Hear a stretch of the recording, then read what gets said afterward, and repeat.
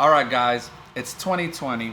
It's safe to say that most DJs now have a very similar sound, okay? They're either getting the music from the DJ buddy, from a record pool, from a DJ pool, or they're paying some source of getting a DJ edit. But what makes DJ A and B different than DJ C? And the word is self-explanatory.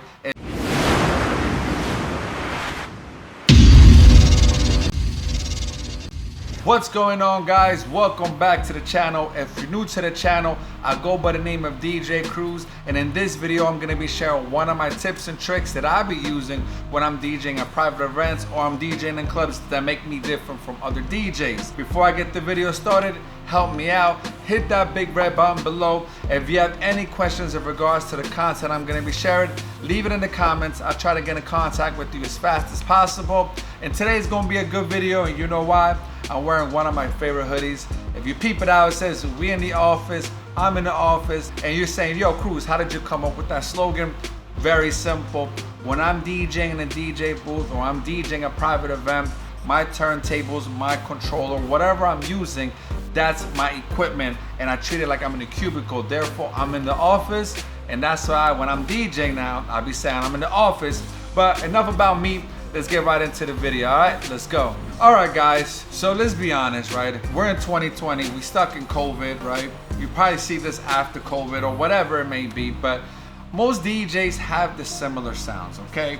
Everybody's subscribed to similar record pools. They're all getting the music from the same source. So that DJ A will be similar to DJ B, and you're gonna be DJ C.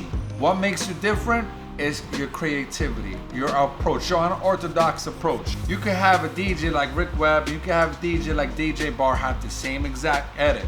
But if they play it the same exact way, there is no distinguishing between both DJs. But when I do my private events or when I do my club events, I like to stand out. I like to take a song from maybe the end and bring it to the front.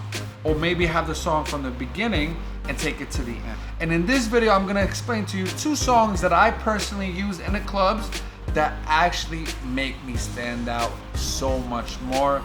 So you know what? I think it's time for me to take out the Serato. So I have my Serato DJ set up. In this example, I'm gonna be using two songs. I'm gonna be using Debo Te Remix, and I'm gonna be using the Apache Jump On It. Now, the reason I'm using these two songs is very simple. These two songs you can play at either venue and it will rock either party. So you could do it at a club or you could do it at a private event. Both people are gonna enjoy this type of music. That's why I brought it into this example. Now, if you look at the first song that I'm gonna be using, Apache, I have 4 cue points, okay? Now, this is the cue points I have. I have the 1, right? Then I have this one, which is the snare and a clap. Then you have the drop. And then I have the last one. The last cue point is just to let me know, yo, Cruze, you need to bring this song back before you pass that green cue point. If you pass that green cue point, you can't do the show anymore, and you have to let the song rock and figure out how to get out of the song. My first advice for you guys is to thoroughly understand the song in and outs, understand the breaks, understand the composition, and where you can manipulate the sound, okay? The way I'm gonna do this demonstration is gonna be this way. Very simple. I'm gonna do it on the drop, and then I'm gonna bring it back to the 1. I'm gonna do this 2 times, okay? So here it goes. So, ready? Then I'm bringing it back. Bring it back.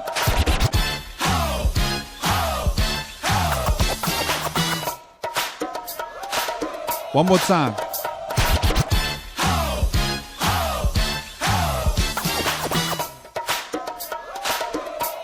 Keep rocking, right?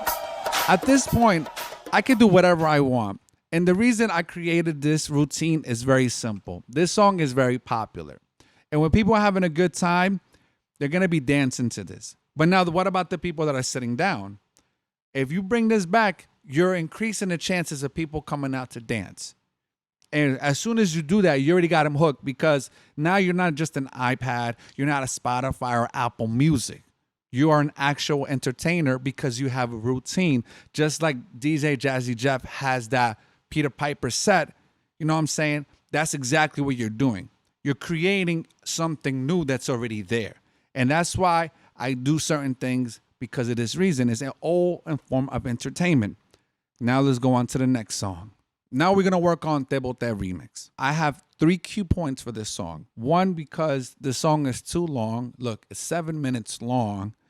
And 2, there's only certain things I like about the song. So I have the 1, dropping it on the 1. Then I have the 2, the second cue point, excuse me, which is just the chorus. Right? Or the bridge, excuse me, the bridge. And then my third cue point is the Ozuna drop. What I love about this drop is very simple, is that you could pretty much manipulate to anything. You could go into a 128 BPM or a house where it just fades out right into this song. And you could do literally a 128 BPM to 100 BPM in a matter of 2 seconds. And people will not recognize that. I promise you that.